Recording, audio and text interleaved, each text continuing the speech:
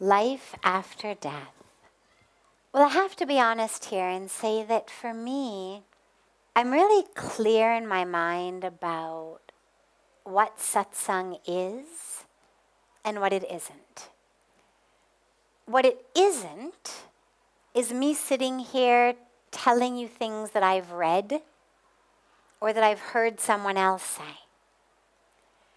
It's me sharing with you that which I've experienced, that I've learned. It's me being as empty as possible vehicle, for that which needs to flow through as I possibly can.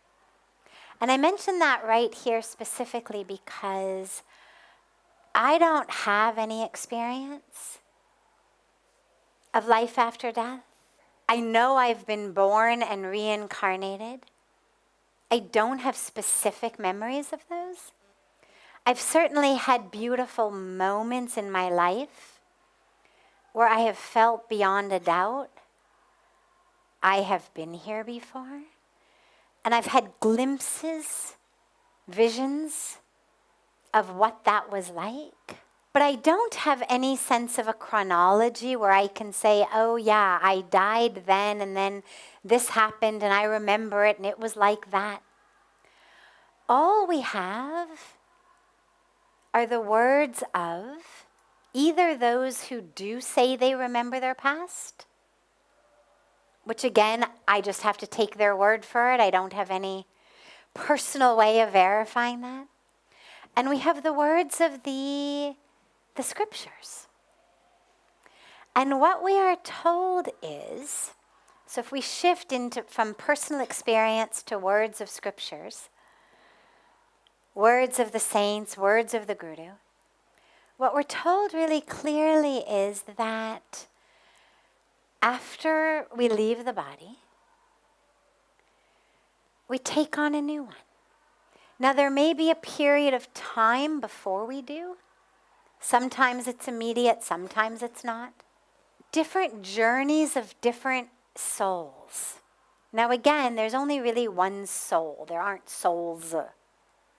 But when we speak about Jivatma rather than Paramatma, that Jivatma is the individual soul that keeps reincarnating in different bodies as it works out its karmic package.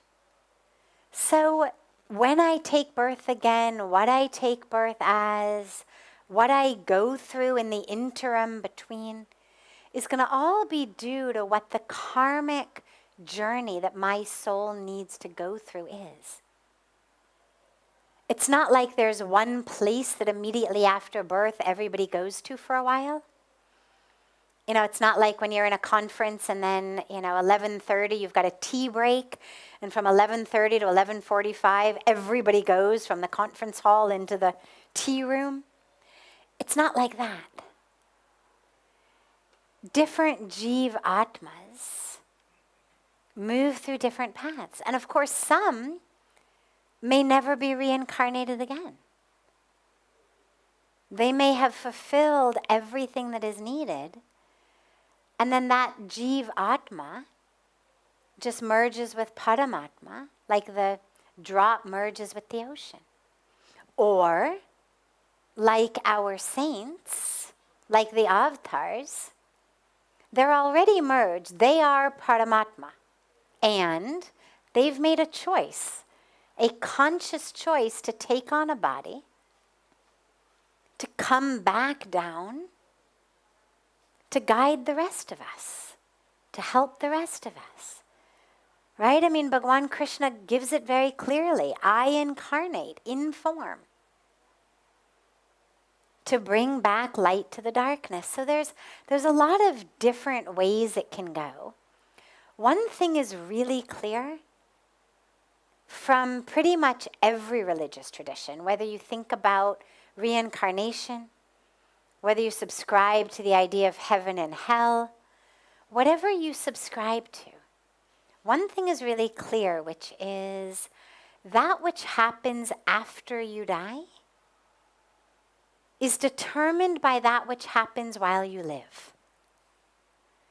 And since we don't really know what's going to happen after we die, but we do know what's happening right here, right now, it makes a lot more sense to pay attention and to focus on right here, right now.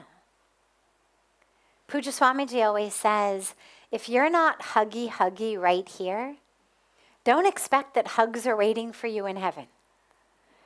That you're going to get later what you give here.